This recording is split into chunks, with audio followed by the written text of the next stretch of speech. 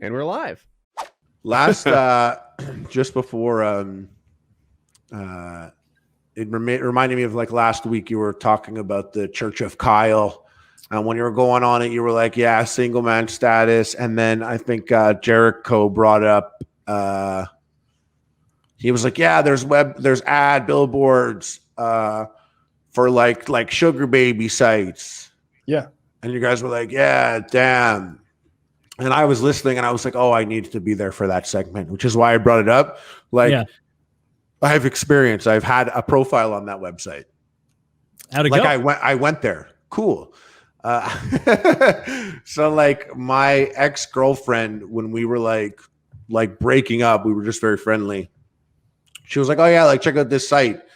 You should like look at it, you know? And like I went on the site and like she like made a profile for me, you know, and like we like looked at it and like she had a profile and then like never used it. And then like 5 days later, I like went back on and like we saw each other online on the site. And then like it was like fresh. So we like got mad at each other. Like, oh, you're on the site, eh? What, you looking for something? I was like, yeah, I was just trying to see if you were on it. But what, you think someone's gonna be on it? I'm like, yeah, what the fuck? And like we got into a fight. And like I stopped using it, but I kept the profile and I did hop on there a whole bunch after the fact and never ever met someone or paid someone, but it was really fascinating to me how many people that I knew were on the site. Like it was very, very frequent that I would like see a girl that maybe I matched with on Tinder would also be there. Or match with her on a dating site, and then I'd go and like look at the age range, and I'd see her there, and I'd be like, "Oh, it's like looking for dating. Dating's like it's kind of like I remember this time, and it's not quite the same. You guys said it was like kind of like being escorts. It's not quite the same. Some people aren't having sex on it. Whatever it could be to some people, they could be using it like that. Escorts get kicked off the site, but regardless, anyways, I went on and I would like see people, and it reminded me of this time when I was in Vegas. And I was like at this hotel that I was staying at, and I walked up and there was a girl there, and she was like, hey, I'll suck your dick for $300. Nice. And I was like, nah, I'm good. And then I was walking, and like an hour and a half later, I was at the Bellagio, and that same girl was at the Bellagio, and she was like, I'll suck your dick for $600. And I was like, what? I just saw you said $300, and she was like, we're at the Bellagio now. And I was like, okay. And then I thought about like the girls that like you'd see on. Can we go to the Hard Rock real quick? Yeah, let's pop into. How about you give me a hand job at Red Lobster? Well, I'd see them on Tinder, and then I'd go over and I'd see like them on Seeking or what? Yeah, that's probably the site that you guys saw the billboard, and I'd go that site, and they'd be there too, and I'd be like, well, isn't this interesting? If I'm to message you on Tinder, shit's free tonight. But if I message you here, maybe it's just like pay you to accompany me to dinner or some shit. You know what I mean? But it's like ultimately the same service with a different set of rules right off the bat.